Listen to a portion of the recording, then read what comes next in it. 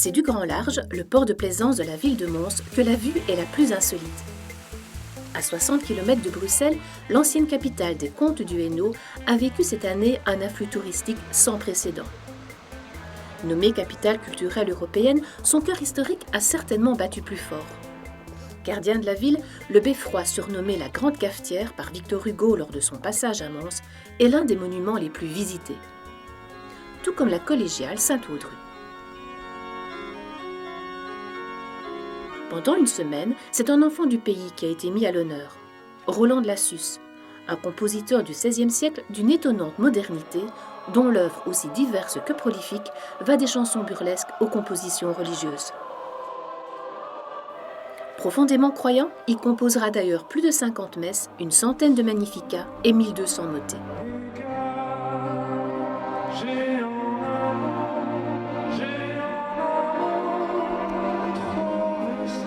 Et c'est ici, dans l'église Saint-Nicolas, que ce musicien hors norme fait ses premières gammes.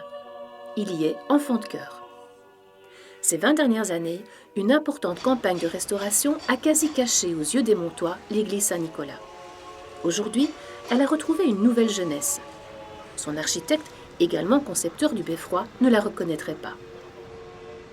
La composition de vers du célèbre maître verrier, Bernard Tirsiot, a dû montrer patte blanche avant d'être mise en place.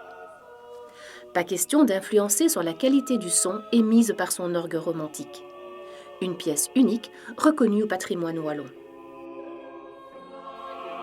Assis sur les volutes de bois, 14 angelots musiciens sculptés au XVIIIe siècle continuent d'enchanter les regards. 14 musiciens qui nous emmènent dans la célébration de ce dimanche.